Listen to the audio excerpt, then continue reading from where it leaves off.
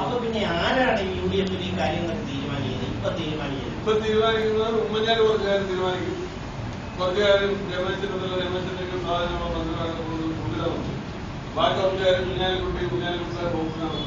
അങ്ങനെ ഓരോരുത്തരും നടത്താറ്. ഇങ്ങനെ നടത്തിപ്പോയാൽ UDF സംബന്ധിച്ചിടത്തോളം അത് ഗുണകരമാണെന്ന് പറഞ്ഞത്. പിന്നെ 2-3 പേര് കൂടിയാണ് തീരുമാനിക്കുന്നത്. ഉമ്മൻചാണ്ടി, രമേശ്. 2-3 ഒരു മന്ത്രിമാരും പിന്നെ മോശമല്ല. എല്ലാ മന്ത്രിമാരും അവരുടെ ഇഷ്ടത്തിന് തീരുമാനം. ഇതിന്റെ അടിസ്ഥാന കാരണം എന്ന് പറയുന്നത് CMPക്ക് MLA ഇല്ല. അതുകൊണ്ട് തന്നെ CMP ഒരു അവശ്യ ഘടകം അല്ല എന്നൊരു തോന്നലാണോ? അതാണെന്ന് എനിക്ക് തോന്നുന്നില്ല. അങ്ങനെയാണെങ്കിൽ അവശ്യ ഘടകമാണല്ലോ സുഹൃത്തുക്കളാണ് അവരോട് ഇത് സമയമാണ്. അവർക്ക് അവരുടെ വകുപ്പിലുള്ളത് കിട്ടിയ അല്ല, കിട്ടിയെന്ന് പറഞ്ഞാലും അവരോടും ഈ പറഞ്ഞ അവരുടെയൊക്കെ അവരും പറയുന്നുണ്ട്.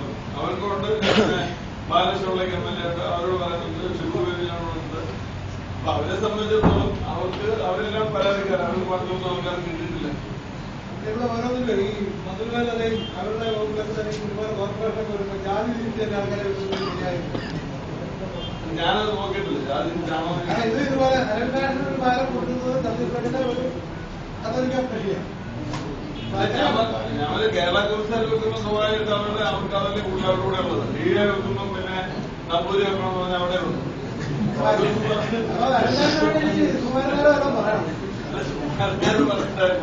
ഞാൻ ഇതുവരെ ആരോട് കാര്യം പറയാൻ പോയിട്ടില്ല.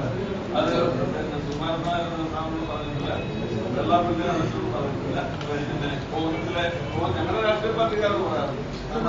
പാർട്ടിക്കാരും പറയും നമ്മുടെ ദേശീയ സമ്മേളനം നടത്തുന്ന UDF പ്രവർത്തനം തൃപ്തികരാണെന്ന് ഇവിടെ ഇന്നലെ അതേ അഭിപ്രായം ഞങ്ങളിത് എല്ലാ UDF പറയാറുണ്ട്.